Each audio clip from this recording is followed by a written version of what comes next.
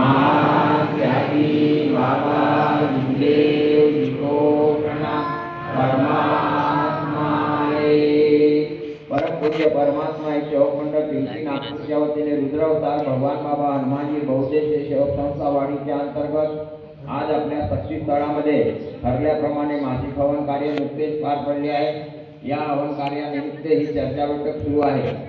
या चर्चा बैठकीमध्ये स्वयं भगवान बाबा हनुमानजी उपस्थित आहेत, त्यांना माझा प्रणाम। तसेच महान त्यागी बाबा जिंदगी उपस्थित आहेत, त्यांना माझा प्रणाम। उपस्थित सर्व सेवक सेविका व बालगोपाळ यांना माझा नमस्कार। आजच्या प्रसंगी मी जास्त काही सांगू इच्छित नाही, कारण हा जो महिना आहे हा माझ्यासाठी खूप सौभाग्याचा महिना आहे। 28/2/98 प्राप्ती मिळाल्यानंतर आज परमेश्वराच्या माध्यमातून अनेक प्रकारच्या लोकांचं जीवन बनवण्याचं काम त्या परमेश्वरानं माझ्यावर जे सोपवलं होतं ते काम मी आजपर्यंत केलं, करत आहो आणि करत राहील। आणि आज त्यानिमित्त माझे कार्य चालू आहे। या महिन्याभरामध्ये मी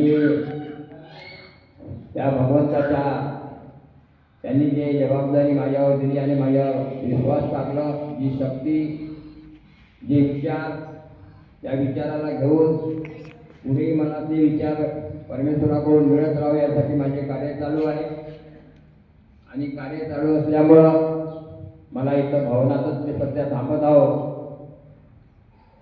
परंतु काय होते की आज मी सेवा जे करत आहोत चांगल्यासाठीच करत आहोत, कोणाचं तरी चांगलं झालं पाहिजे, कारण का खूप दुःखी लोक या मार्गात आहेत, या धर्तीवर आहेत। अजूनही माझे काही सेवक जे आहेत, मी जेव्हा जेव्हा तिथं जातो, एका जमान्यात त्यांच्या झोपड्या पाहिल्या होत्या, आज चांगले घरं पाहतो, आनंद होते। परंतु त्यांची वागणूक पाहिल्यानंतर मला असं वाटते की मानव किती बैमान आहे।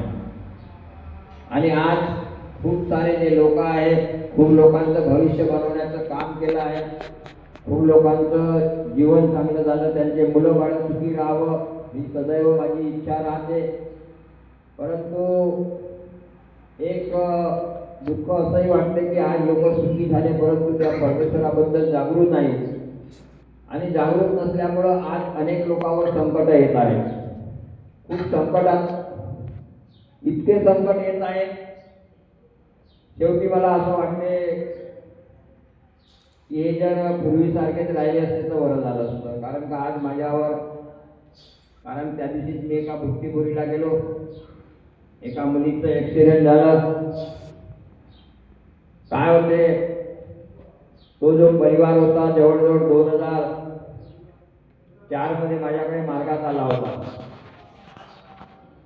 तर त्या परिवाराचा जो मुलगा होता, आज जो मुलगा जवळजवळ 18-20 वर्षाचा असलं पाहिजे, त्या मुलाला स्क्रीनची बिमारी होती। त्याच्या अंगाला नुसते फोडे आले। त्यावेळेला तो व्यक्ती कामठीला राहत होता, आता तो भुक्तीबोरीमध्ये फ्लॅटमध्ये राहते। तर आज जो नागपूरचे टोटल डॉक्टर पाहिल्यानंतरही जे स्त्रीची बिमारी दूर झाली नाही, ते आपल्या मार्गात आपल्याजवळ आल्यावर झाली होती। परंतु आज ते मुलं, ते मुलगी मोठे झाले आणि आज त्यांच्या काय वागणूक आहे ते तर मी नाही सांगू शकत।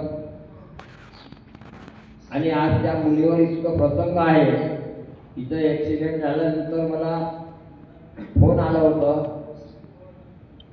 2-3 दिवस लगातार फोन आल्यानंतर तो तिचा भाऊ सुद्धा 2-3 दिवस लगातार भवनात आला, काकाजी माझी बहीण ICU मध्ये आहे। मी म्हणलं मी येतो। एक दिवस करता करता मी 2 दिवस जाऊ शकलो नाही काही कामानिमित्तानं। परंतु एक दिवस आलं मधामध्ये, या 2-3 दिवसाच्या पूर्वी तो मुलगा जो सकाळपासून आला, तर मी जेव्हा बाहेर गावून फिरून आलो तर तो मुलगा मला इथंच दिसला। म्हणलं काहून रे, तू घरी काहून नाही गेला? नाही काकाजी, मी आज घरी गेलोच नाही।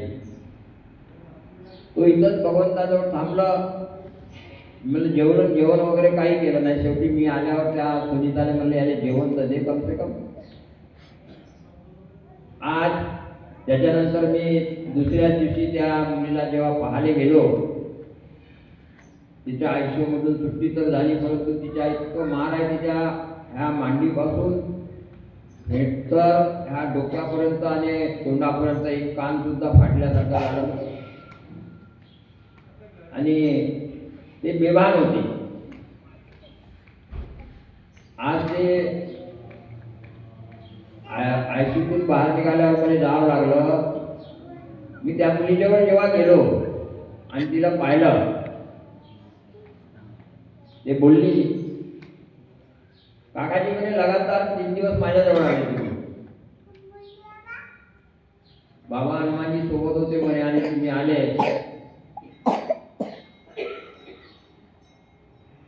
जेव्हा ते मुलगी अशी म्हणायला लागली तेव्हा मी त्या परमेश्वराला म्हणलं काय माझा संबंध आहे त्यासोबत, परंतु आहे कुठंतरी माझी आठवण त्यांना येत होती म्हणा किंवा एक परमेश्वरी कृपा म्हणा. आज दवाखान्यात राहून सुद्धा ते सांगत होती की आपण आले, मला तीर्थ दिलं. तर खूप आश्चर्य वाटतं आणि असं भरपूर लोकांच्या जीवनामध्ये मी 98 पासून पाहिलं घडत आलेलं आहे. परंतु शेवटी काय, जेव्हा मी पाहतो की लोकांच्या वागणुकीमध्ये जेव्हा फरक पडते तेव्हा मला आश्चर्य वाटते की भगवंत मी करू तर काय करू. आज तो मुलगा जेव्हा इथं आलं, मला म्हणलं काकाजी मी तुमचं जाण्या येण्याचा पैसा देतो, पण तुम्ही चाला दवाखान्यापर्यंत. अरे म्हणलं मी आयुष्यात कोणाच्या इतक्या दूरपर्यंत लोकांना पाहायला गेलो, रायपूरपर्यंत पाहायला गेलो, परंतु कोणाकडून कधी 1 रुपया घेतला नाही. आणि आज यार तू पैशाची गोष्ट करते. पैसा कधीच मी, पैशाची माणुसकी हा माणसाचा गुणधर्म आहे. आज तुम्ही माझा पैसा पाहून किंवा माझं काहीतरी चांगलं कर्म पाहून तुम्ही माझ्याजवळ बसले आहे. माझ्याजवळ पैसा होता का? अरे त्या जमान्यात पैसाही नव्हता माझ्याजवळ.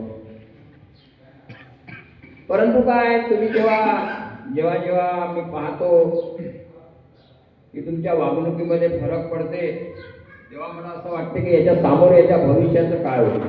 मला माहित आहे की कोणाचं काय होणार, परंतु मी बोलू शकत नाही.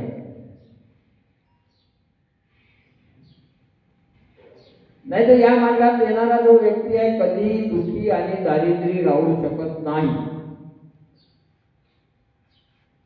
माझ्या गुरुदेव बाबाचे शब्द होते आणि नेहमी तुम्हाला वारंवार मी आठवण करून देतो की मानव हे बेईमाने में कदापि उसके ऊपर विश्वास नहीं करता. आज वक्त है करके तू मान रहा है, कल वक्त निकल जाएगा तो भूल जाएगा. आणि माणूस हा लालची प्राणी आहे.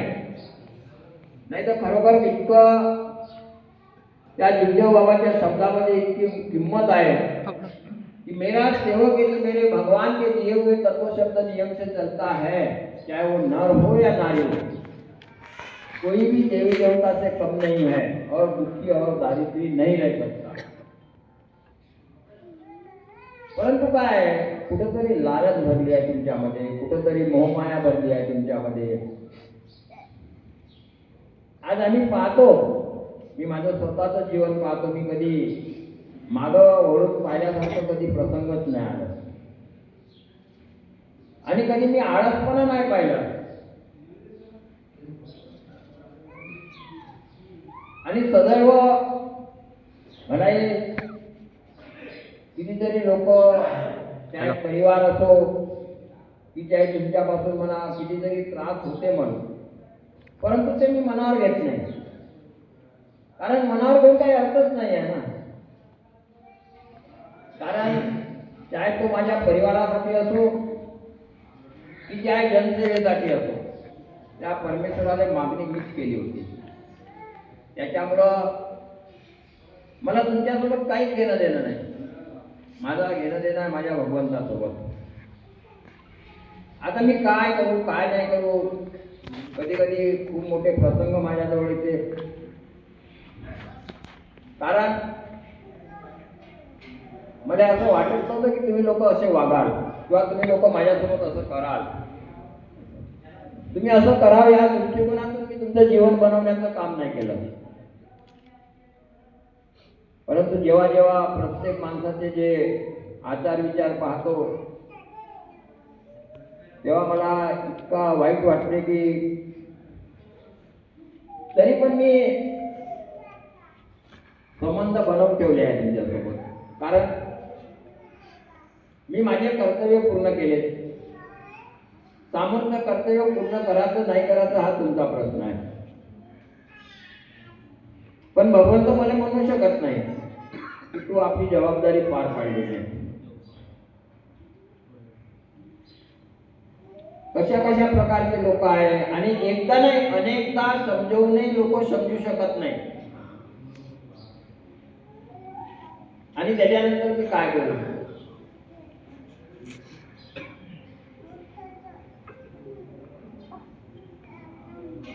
मी नेहमी सांगतो तुम्हाला, काही जरी झालं तरी माझ्यापर्यंत या. नाही तुमच्याने जमलं तर माझ्यापर्यंत यायचं, माझ्याच्याने नाही जमलं तर मी खुदच सांगून देईन दवाखान्यात चाललेला. परंतु पहिले जर दवाखाना केला तर पुन्हा पूर्ण दवाखाना केल्याशिवाय माझ्याकडे या. कारण तुमच्या मार्गातला पहिला दिवस जो होता माझ्याकडे, त्यावेळेला मी टोटल तुम्हाला औषध वगैरे सगळं फेक फाक करून सगळं देव धर्म फेकून सगळं तुम्ही मार्गात आले, सगळं सोडून आले का नाही? मग आज पुन्हा तिकडे वळण्याचं जर काम होत असेल, तुमच्याजवळ 2 पैसे आल्याबरोबर जर तुमची प्रवृत्ती बदलत असेल तर त्याने मी काय करू शकत नाही. आणि मग काय होते, मग तुम्हाला वाटते वाईट, काकाजी आम्ही काकाजी पर्यंत गेलो परंतु काकाजीनं आम्हाला हातही नाही लावलं किंवा तीर्थ बनवून नाही दिलं.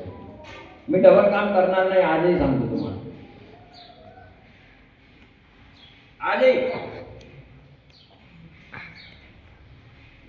माझा पैसा नाही जाऊन राहिला.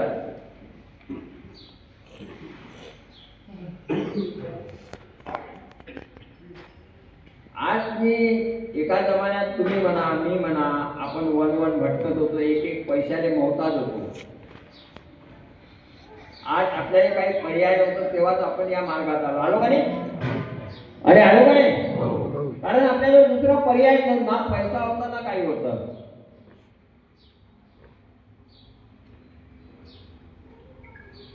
आता त्या दिवशीच आपलं ह्या ब्राह्मणे महाराजांना इकडे का भाऊ आपल्या बायकोला आणलं.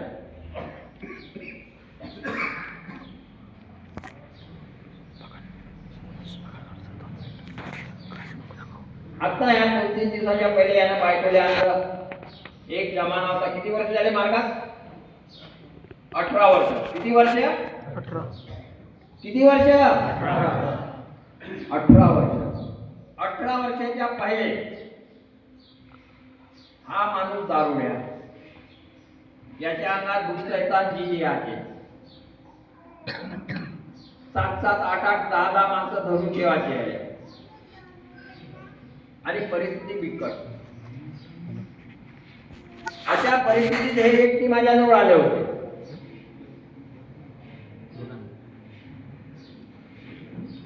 आज काय, आज सगळ्या सुखसोयी भेटल्या आणि असंच नाही याच्या नात्या रिश्त्यामध्ये हा एकटाच नाही आहे.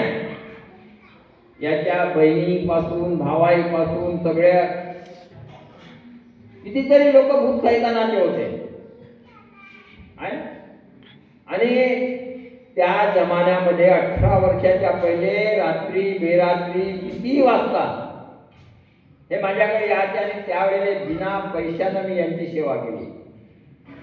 आणि त्यावेळेला मी आळस नाही केलं की एवढ्या रात्री काहून आले बा.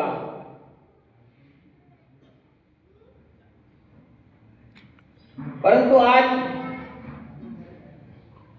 आता काय, आता हे मोठे मोठे लोक झाले आणि त्याच्यामुळं काय यांना थोडीशी मरणाची भीती वाटत आहे. परंतु काय यानं जेव्हा दवाखाना केला म्हणे याने वापस पाठवलं आणखी इतकं दवाखाना करून घे. मग याचं पुन्हा फोन आला म्हणजे दवाखान्यानं आराम नाही पडू द्यायला. मी काहीच करू शकत नाही. अरे माझ्या भगवानाची इतकी लीला महान आहे का माझ्याजवळ शब्द नाही आहे. कारण का तो भगवान आहे, मी मानव आहो. त्याने हा सृष्टीची निर्मिती केली आहे. तुम्ही आम्ही सगळे जे पैदा झाले आहोत ना हे कोणामुळं? अरे कोणामुळं? भगवंतामुळं. तो सृष्टीचा निर्माता आहे. हे एक मोठं नसीब समजा का आपल्याला महान त्यागी बाबा इंदोजीच्या माध्यमातून हे सेवा मिळाली आणि एवढे लौकिक पाहायला मिळाले. आपण स्वावलंबी बनलो. नाहीतर एका जमान्यामध्ये आपण इतकी भीती निर्माण होती आपल्यामध्ये, जादूटोणा हे ते. आज भयमुक्त जीवन भेटल्यानंतरही तुम्ही आपल्या जीवनाचं भविष्य सामोर तुमच्या मुलाबाळाचं हे करू शकत नाही की त्यांनाही भयमुक्त कसं जीवन जगता येईल. आता तुम्हीच जगत नाही तर ते कुठून जगणार आहे? एक खूप मोठं आश्चर्य वाटायला पाहिजे की एका जमान्यात मी काय होतो.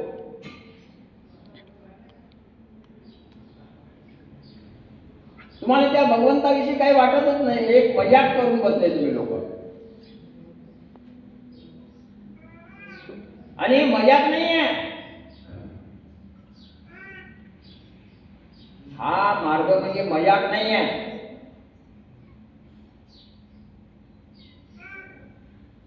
आता तुम्ही त्याची मजा करून बसले त्याने मी काय करणार? मी 24 तास जागृत आहोत.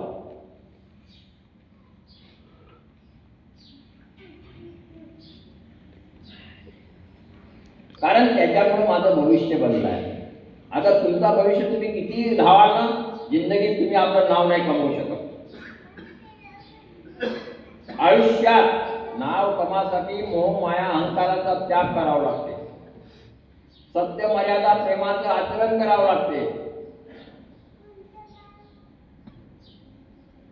माझं म्हणण्यात नाही हो. जो चांगला नाही तो आपला नाही.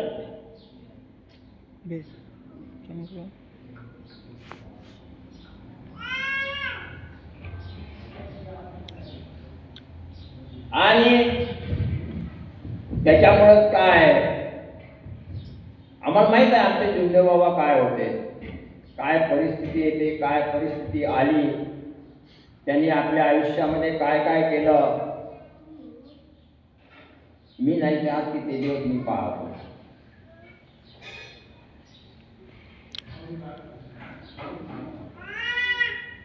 काय लीला राहते. एक आश्चर्यजनक गोष्ट घडतात आपल्या ह्याच्यात.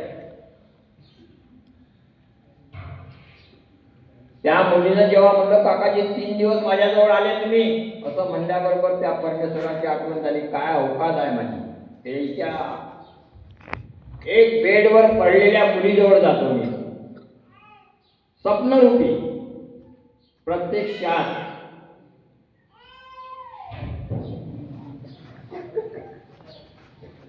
हे एक लौकिक आहे माझ्याजवळ. तुम्ही काय कमावलं? सगळ्यांनी सारखं वाटून दिलं आहे परमेश्वरानं. तुमच्यासाठी वेगळं नाही ना माझ्यासाठी वेगळं नाही. परंतु आपण त्याचं अनुकरण करत नाही किंवा त्याचे पालन करत नाही. एक विचित्र भाग आहे. म्हणून म्हणलाय मानव ये बुद्धिमान होते हुए बुद्धिहीन है. वो अपने बुद्धि का सदुपयोग नहीं करता की चांगलं काय आणि वाईट काय.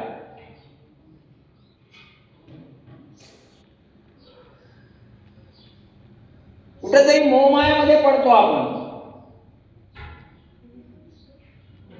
आज खूप मोठे आश्चर्य पाहिले मी आणि त्या परमेश्वराच्या लीला पाहता पाहता माझं जीवन असं खूप हे झालेलं आहे, मजबूत झालेलं आहे. की माझा भगवान काय असला पाहिजे, माझ्या भगवंताची किती महान शक्ती असली पाहिजे. धन्य ते गुरुदेव बाबा की ज्यांनी आम्हाला हे शक्ती देऊन दिली, ही प्रेरणा देऊन गेले. आणि त्यांचं स्मरण जे आहे, त्यांचे विचार जे आहे, त्यांच्या कर्माचं जो फळ आहे, त्या आधी आम्ही त्याला जागवण्याचं काम करत आहोत. आणि हा रडण्याचा प्रसंगच नाही आहे. रडतात जे लोक जे काहीतरी गलत करतात. कुठेतरी तुमच्या कर्मामध्ये फरक आहे. आताच काय होते, आज आपण इथं आलो, आपण चर्चा बैठक राहते, चर्चा बैठक म्हणल्यानंतर पटपट लोक येऊन बसले पाहिजे. त्याचा एक ध्यास असलं पाहिजे माणसाला. मग काय मानकर साहेब वारंवार अलाउन्स करतात, या या एक तिकडे गोष्टी सांगते, एक तिकडे गोष्टी सांगते. काय भेटलं तुमच्याजवळ?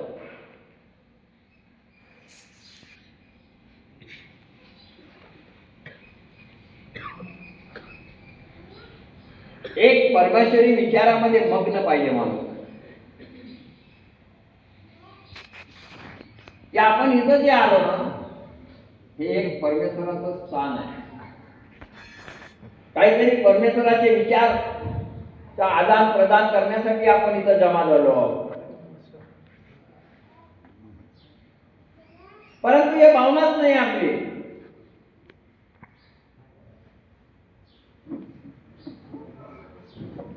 आज हे मोठ्या मुश्किलीनं आपल्याला हे दिवस पाहायला भेटले.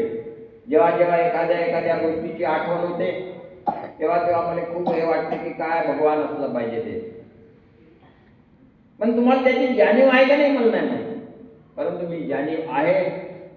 सदैव मला त्या भगवंताची जाणीव राहील आणि मरेपर्यंत राहील. कारण आजही मी त्या भगवंताविषयी खूप मोठं जागृत असा व्यक्ती आहोत. आणि मी आजही जेव्हा जेव्हा हे कृत्य पाहतो या मानवाचे, असं वाटते या जगात मी फालतू काम करून राहिलो का. आणि हे सगळं पाहण्यापेक्षा मरणं परवडते. कारण ना कोणाचं गलत पाहू शकत नाही आपण, आणि कोणाचं चांगलंही करू. किती विचित्र जग आहे.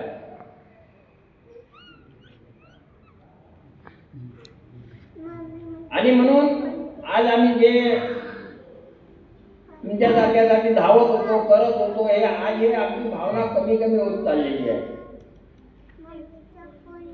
की कोणाचं करावं तर कसं करावं, करू नये काय अर्थ आहे. हा माझ्या भगवंताविषयी किती जागृत आहे.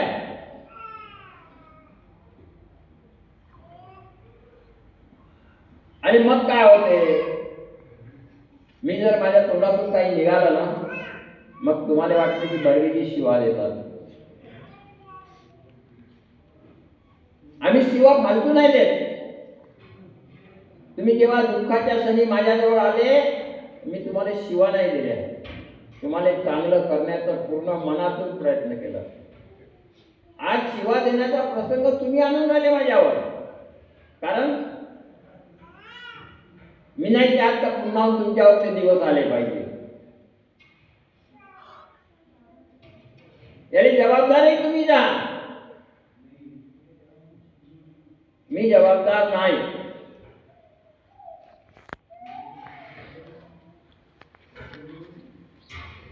म्हणून आजही वेळ आहे